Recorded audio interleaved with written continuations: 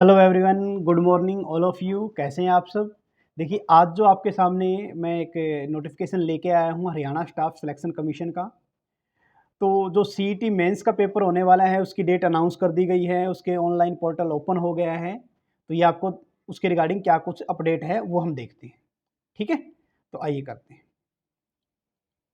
तो Haryana staff selection commission जिन्होंने pre दे दिया था उन्हीं के लिए फॉर्म है, ये आपको ध्यान रखना है। जिसने प्री दिया था उसी के लिए फॉर्म है। क्या कुछ इसकी टोटल पोस्ट थी? ग्रुप सी और डी को मिलाकर टोटल जो पोस्ट है वो आपकी है 64,000 प्लस के रिगार्डिंग। ग्रुप सी में कितनी है, ग्रुप डी में कितनी है, वो भी डिस्कस करेंगे। इसके अलावा अगर हम बात करते हैं कि टोटल डेट क्या है, सबसे ज़रूरी तो वही है ना कि एग्ज़ाम डेट क्या है। देखिए, फॉर्म अप्लाई करने की डेट क्या है। तो CET Haryana mains exam apply start कहाँ से स्टार्ट, कब से स्टार्ट होगा? 14 अप्रैल से। कब से? 14 अप्रैल से। और जो लेटेस्ट डेट टू अप्लाई सीटी ग्रुप सी मेंस के लिए ये दिया गया है 4 मई से। कब से दिया गया है एग्ज़ाम? 4 मई को। ठीक है, लास्ट डेट है ये अप्लाई के लिए। यानी कि 14 अप्रैल से लेके 4 मई तक, 14 से लेके 4 मई तक ये अप्रैल है और ये मई है। ये आपको ध्यान रखना है। करीब करीब आप ये मान लो कि 16 और 4 20-21 दिन आपको मिले हैं, 20 दिन। और जो बात है कि एग्ज़ाम होगा कब, एग्ज़ाम डेट क्या है? एक तो फॉर्म भरने की डेट, एग्ज़ाम डेट है 13 मई से 15 जुलाई 2023 को। यानी कि जो डेट इन्होंने पहले दे रखी थी वही सारी कुछ डेट इसमें दिया गया है। फिर बात करते हैं फ़ीस की कितनी। इसकी कोई भी एप्लीकेशन फ़ीस आपको नहीं देनी पड़ती, ये ध्यान रखना है इसमें। और आप फॉर्म कैसे भरोगे, क्या क्या आपको प्रिकॉशन या सावधानी रखनी है वो भी मैं आपको बताऊंगा। ठीक है, और किस कैटेगरी के अंदर कितनी पोस्ट बढ़ गई है वो भी हम डिस्कस करने वाले हैं। तो सबसे पहले देखिए कितनी पोस्ट है टोटल। टोटल पोस्ट हमने बताया 64,000 प्लस है, जिसमें ग्रुप सी की पोस्ट है 31,902 जो 12th और ग्रेजुएशन बेस पे है।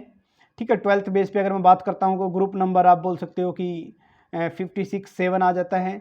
और ग्रेजुएशन बेस पे तो सारे हैं, जैसे ग्रुप नंबर 6 आ गया। तो वैसे ही ग्रुप डी के अंदर बात करते हैं तो 12,000 वैकेंसीज हैं 10th पास के रिगार्डिंग। किसके पास के रिगार्डिंग? 10th पास के रिगार्डिंग। अब बात करते हैं कि सिलेक्शन प्रोसेस, आपका सिलेक्शन कब होगा, कैसे होगा, किस वे में होगा।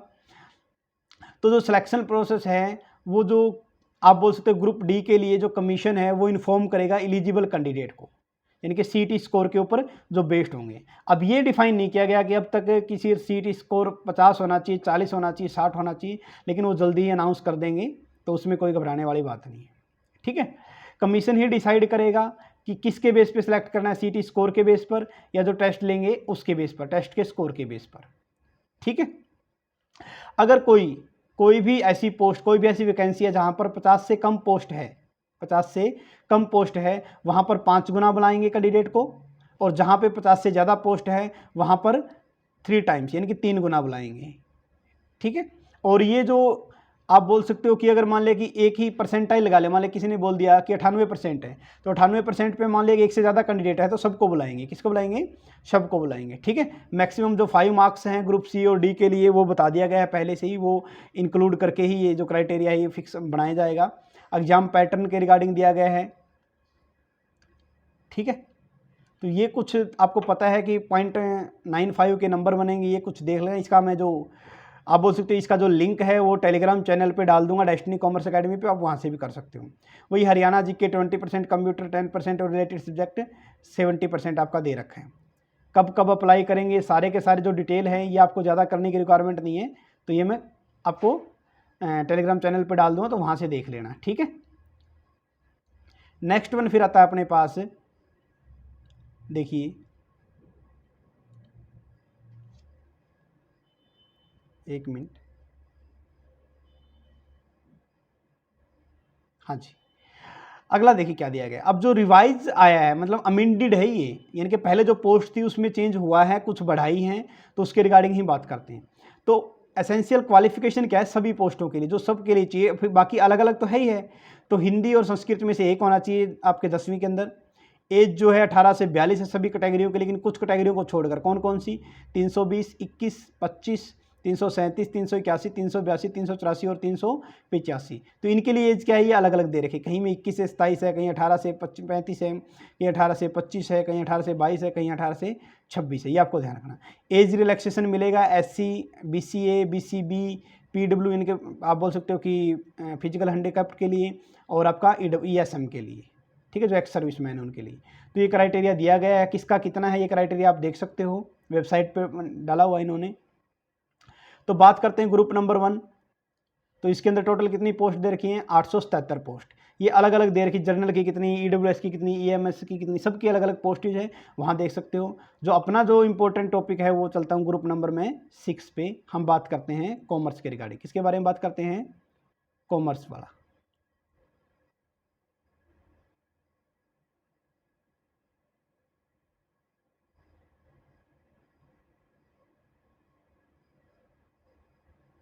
देखिए ये आ गया अपने पास ग्रुप नंबर 6। हाँ जी, देखिए ग्रुप नंबर 6 पहले 1421 पोस्ट थी। कितनी थी पहले, 1421, लेकिन अब कितनी होगी, 1452। कितनी होगी, 1452, यानी कि 32 की दूनी 42 और 10 31 पोस्ट आपकी बढ़ा दी गई। कितनी बढ़ा दी गई है, 31 पोस्ट और बढ़ाई गई है। तो ये और भी अच्छी बात है। अलग अलग डिपार्टमेंट वाइज अलग अलग लेवल, तो वही है लेवल 6, लेकिन अलग अलग पोस्ट दी गई, जर्नल इसके रिगार्डिंग, ईडब्ल्यूएस के रिगार्डिंग, और भी ये भी। ठीक है, तो जिन्होंने ईडब्ल्यूएस वगैरह नहीं बना रखा या अपना सर्टिफिकेट नहीं बनवा रखा तो वो बनवा लें, ये कर लेंगे। तो ग्रुप नंबर 6 तो आपका कॉमर्स के रिगार्डिंग है। फिर इसकी क्वालिफिकेशन भी इसके साथ ही दी गई है, तो इसका लिंक भी मैं आपको, या इसकी पीडीएफ भी जो है मैं आपको सेंड कर दूंगा। ठीक है, तो आप वहाँ से भी कर सकते हो। देखिए नेक्स्ट आता है अपने पास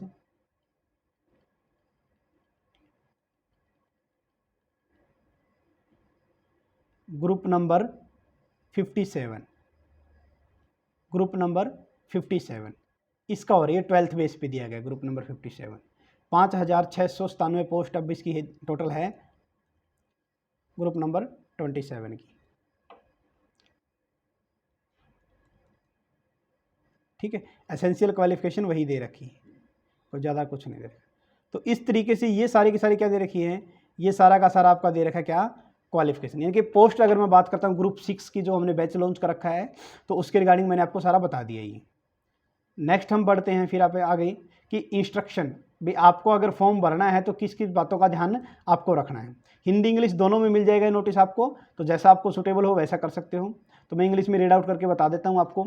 इसने बोला भाई जो भी कैंडिडेट जो CET 2022 में हुआ था, चाहे ग्रुप C पोस्ट के लिए, तो उन्होंने क्या किया, पहले जिनका क्वालिफाइड है उन्हीं वही सिर्फ, और वो इच्छा है उनकी कि हम ग्रुप जो रिटन या मेंस भी दें, क्या दी, मेंस भी दें, तो वो कर सकते हैं। यानी कि जिसका क्वालिफाइड है सिर्फ वही अप्लाई कर सकते हैं, उसके अलावा नहीं कर सकते। आपको ये ध्यान रखना है। और आपको नया फॉर्म मतलब फ्रेश फॉर्म डालना पड़ेगा। ऐसा नहीं है कि आपका CET पहले वाला क्लियर है तो आपने ये फॉर्म भरा ही नहीं, अब जो मेंस वाला है फॉर्म भरना पड़ेगा, लेकिन पैसे नहीं लगेंगे। फॉर्म भरना पड़ेगा लेकिन पैसे नहीं लगेंगे, ये आपको ध्यान रखना है। ठीक है, फर्स्ट पॉइंट में ये बोला गया है। सेकंड पॉइंट में क्या बोला गया है, सेकंड पॉइंट में ये बोला गया भी जब तक ये रहा, ये प्रोविजनल है, जब तक, कब तक, जब तक कोई क्लेम नहीं कर सकता। क्लेम इन द सेंस है कि भाई आपको ये नहीं कि भाई हमारे पास तो अगर हमने एप्लीकेशन डाल दिया तो मेरे को नौकरी लग गई, ऐसा कुछ नहीं है। ठीक है ना, ऐसा कुछ भी नहीं है कि फॉर्म भरने का मतलब नौकरी लगना नहीं है, ये ध्यान रखना है। नेक्स्ट वन, थर्ड पॉइंट में क्या बोला गया है, देखिए थर्ड पॉइंट के अंदर बोला गया सेल्फ अटेस्टेड डॉक्यूमेंट आपको लगाने हैं। कैसे लगाने हैं, फ्रेशली सेल्फ अटेस्टेड डॉक्यूमेंट लगाने हैं। अगर मान लें कि आपने कोई डॉक्यूमेंट नहीं लगाया और आप बोलते हो जब ये स्क्रूटनी, यानी कि जब आपके डॉक्यूमेंट का वेरिफिकेशन होगा, अगर मान लें कि आप मेंस क्लियर हो गया तो बाद में काउंट नहीं होंगे जी। क्या बोला गया है कि आपने ऑनलाइन के टाइम में कोई सर्टिफिकेट नहीं लगाया तो बाद में वो नहीं लगेगा, ये ध्यान रखना। और आपको जो रोल नंबर मिलेगा उसका मतलब भी ये नहीं कि आपको जॉब दे दी है। ठीक है, अगर कोई भी आपने उसमें मिस्टेक कर दी है, कोई करेक्शन है, कोई गलती आपसे हो गई, जानबूझ के आपने जानबूझ के कर दी, कोई इन्फॉर्मेशन को आपने क्या कर लिया, झूठा दिखा दिया, या फिर उसको इनकरेक्ट भर दिया, या फिर कंसाइल कर लिया, छुपा लिया है, तो वो भी क्या है, आपका फॉर्म रिजेक्ट हो जाएगा। क्या हो जाएगा, रिजेक्ट हो जाएगा, ये भी ध्यान रखना। हो सकता है कि आप मान लें ग्रुप नंबर 6 के अंदर है, ग्रुप नंबर 6 के अंदर कोई जो पोस्ट है उसके लिए आप एलिजिबल हो, लेकिन उसी ग्रुप नंबर 6 के अंदर एक पोस्ट है जिसके लिए एलिजिबल नहीं है, लेकिन आपने फॉर्म भर दिया, तो वो फॉर्म ऑटोमेटिकली क्या हो जाएगा, डिलीट हो जाएगा, एक ही जो आपने भरा है। ठीक है, इसके बाद है, इसने बोला कि फाइनल सबमिशन, कि जब आप अपने डॉक्यूमेंट या जब फाइनल सबमिट करो तो उससे पहले याद रखना, फाइनल सबमिट करने के बाद तो सिर्फ एप्लीकेशन नंबर और आपको पासवर्ड आता है, तो फाइनल सबमिशन से पहले प्रिंट आउट लेना है। किस चीज़ का प्रिंट आउट लेना है? जो आपने अपनी क्वालिफिकेशन भरी है, नेम भरा है, एड्रेस भरा है, जो डॉक्यूमेंट अपलोड किए उनका, तो प्रिंट आउट लेना मत भूलना। फाइनल सबमिशन बाद में करना है, ये चीज़ ध्यान रखनी है। आप खुद भरो या किसी से भरवाओ, फाइनल सबमिशन से पहले उसका प्रिंट आउट ले लेना। आप बोलो सर प्रिंट का ऑप्शन नहीं होता, अरे कंट्रोल P दबा के पूरी स्क्रीन का रिकॉर्डिंग आ जाती है, ठीक है क्या? तो फाइनल सबमिशन से पहले आपको प्रिंट आउट लेना है अपने नेम का, अपनी क्वालिफिकेशन का, अपने एड्रेस वगैरह का, अपनी ईमेल आईडी, फ़ोन नंबर का, और अपना आप बोल सकते जो अपने डॉक्यूमेंट अपलोड किए हैं वो सारे का प्रिंट आउट लेना है। फिर फाइनल सबमिशन करना है और फिर उसका प्रिंट आउट लेना है। ये प्रिंट आउट जब आपका सिलेक्शन हो जाएगा तो वहाँ वेरीफाई के लिए आपका चाहिएगा, तो याद रखना है। साथ में संभाल के भी रखना है प्रिंट आउट, और जो लास्ट में आपका एप्लीकेशन नंबर देंगे वो रोल नंबर वगैरह जो भी देंगे आपको, ठीक है। इसके अलावा 6 पॉइंट में बात ये कही गई कि अगर आपको यूनिवर्सिटी वगैरह से, कॉलेज वगैरह से या हरियाणा गवर्नमेंट के बैन किए गए हो, पेपर नहीं बैठने के लिए कोर्ट से बैन किए गए हो, तब भी आप ये पेपर फॉर्म नहीं भर सकते, ठीक है। इसके बाद है सभी कॉलम को आप केयरफुली भरिएगा। अगर आपने कोई कॉलम छोड़ दिया है तो वो गलती आपकी होगी, HSSC उसको दोबारा से रिकमेंड करने का टाइम नहीं देगा, ये इसमें बोला गया है। फिर हम बात करते हैं 8th पॉइंट की।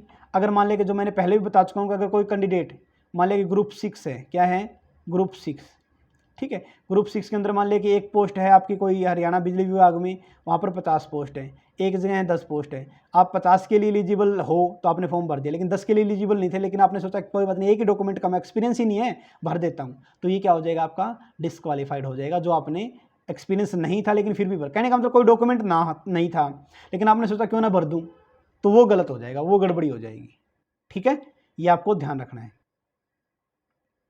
इसके बाद आता है 9th पॉइंट के अंदर वो सोशियो इकोनॉमिक क्राइटेरिया वाला दिया गया है कि इसके अंदर आप अपनी डेट ऑफ चेक कर लेना, तो इसी के अकॉर्डिंग आप एलिजिबिलिटी आपकी बन पाएगी कि आपकी एजुकेशन क्वालिफिकेशन क्या है। सारे के सारे सर्टिफिकेट आपको लगाने पड़ेंगे और सारे सर्टिफिकेट आपके पहले से होने चाहिए।